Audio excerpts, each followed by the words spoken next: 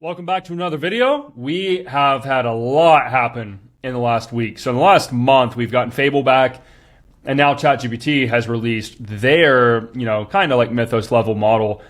But they gave us 3 of them. And in this video, we're going to go over, the benchmarks. We're going to go over what to use, and I'm actually going to show you work that I've done with these models. Long story short, I really like Sol. Sol is phenomenal, and we are going to be integrating Terra and Luna into our actual product because they are very token efficient. They are very cost effective, which not always do you need the nuke, for every project. Sometimes you need cost effectiveness. And we get all 3 of those. So just really quickly, the 3 models are Luna, Terra, and Sol in that order. So, which kind of doesn't make any sense. It should have gone like Terra, Luna, Sol, but Luna is fast and affordable. Okay, this is going to be like your Sonnet sort of thing that Claude runs, but it is better than 4.8 on a benchmark standard. This is something that you would put in your product, things that you're doing or into a tool or whatever, because it's cost effective. It's very, very token efficient. Terra is, a split between Luna and Sol, and then Sol is going to be like max output, quite expensive, very, very powerful, and works very, very well. Now, very quickly, we'll take a look here at the benchmarks. I don't put everything in the world on these benchmarks, but it does matter a bit. What I take into consideration more is like actual use case and quality that I'm seeing from using a tool. So you've got a lot of output here. It's slightly better on the coding agent index than Fable, even according to this benchmark. On the analysis index, which is I'm assuming more of data and more of parsing and more of like thinking. Like let's call this a brain and then the other one work. You got Fable still taking the cake here. So the way that we've been using this is Fable's the brain. GPT 5.6 Sol is the worker. That's the flow that we've gotten into and started using here. And that is quite important. So very quickly, I want to show you guys. So this is my personal dev environment for Kendo AI. So this is like our real product. That way I don't have to like vibe code, some random version or something. I've actually built a couple of features here. They're not fully finished yet. Like I'll change this bar, but I've built these with a little bit of Fable, but mostly Sol.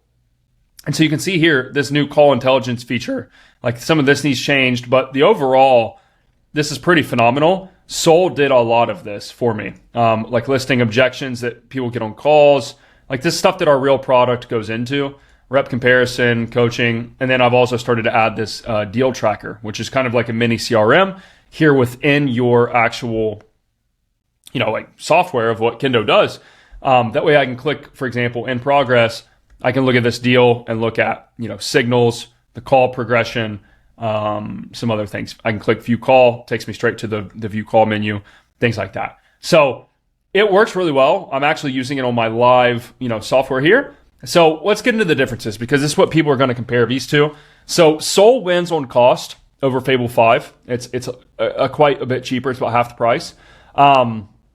On the coding agent performance, it is better according to the benchmarks.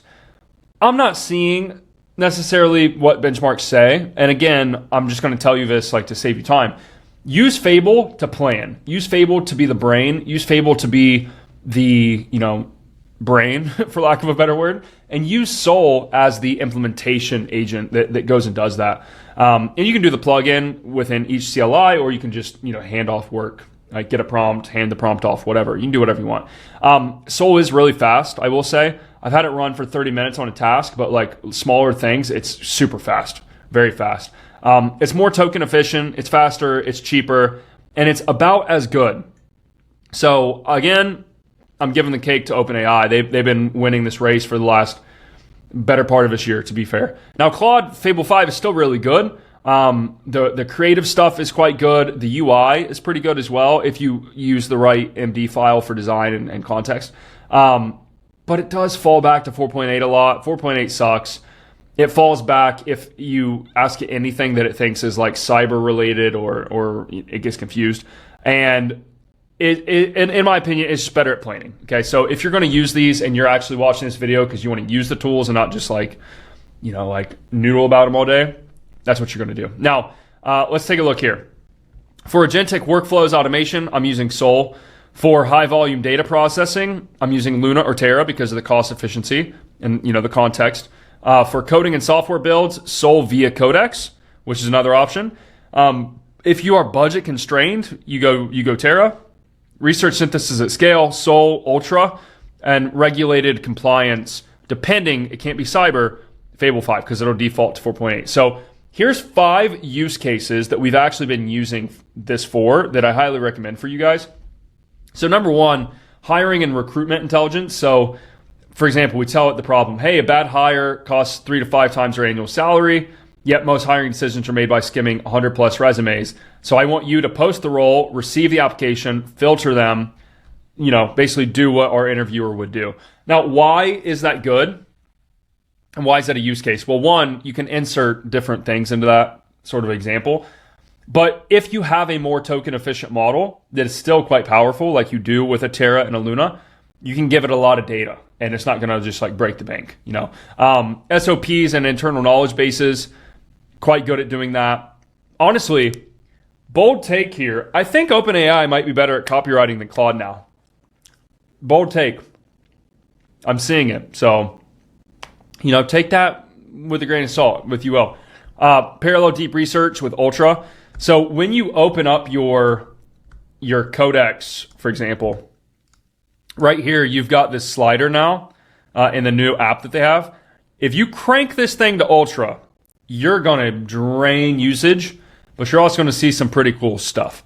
So be careful with that. Like, make sure you're being cost aware of what you're doing, because it does matter. But any sort of Ultra planning, I would use Fable for deep planning, but for more like specific in code bases or in a system or something like that, I would use Sol. I don't know why. I'm just telling you what works best from actual use case and from experience. Custom software, client portals, you're going to use Codex and Sol. You're going to plan, or you're going to use basically, here's a hack as well. If you use GPT's model inside of Claude Code, the CLI, you will get a better result than just using Fable and the CLI itself. I don't know why. It's something to do with the harness and something to do with the prompts that it's going through in that harness before it goes to the LLM, but it works. I'm telling you, just try it. That'll make it well worth watching this entire video. And then something we did as well is a lot of this churn prevention and stuff, like monitoring accounts, payments, clients, usage, all of that, and then putting it all together in a creative way with the brain of the AI. It's been quite good at that as well. Again, bottom line, like we do in all these, use the right tool for the right job. High volume, everyday task, use Luna, okay? Or routine task. Everyday business intelligence and content, basic stuff, use Terra. Complex software, anything like that, use Sol, and make sure your routing is effectively so you're saving money. And then again, bonus Easter egg, use Sol inside of Claude Code. Do that, come back to this video, comment, let me know how it goes. So anyway, there's your quick update. No fluff, exactly what you need to know, nothing that you don't need to know. These are phenomenal. This does mark a new era of AI. This is like when, I can't even remember anymore. I think it's like 4.1 dropped. Was it 4.1? I can't remember. Time's blended together. Anyway, go use these. Go implement them right now. Put it in your software. Get the use case. Make your stuff that much better overnight. So I'll see you guys on the next one. Thank you very much. Bye-bye.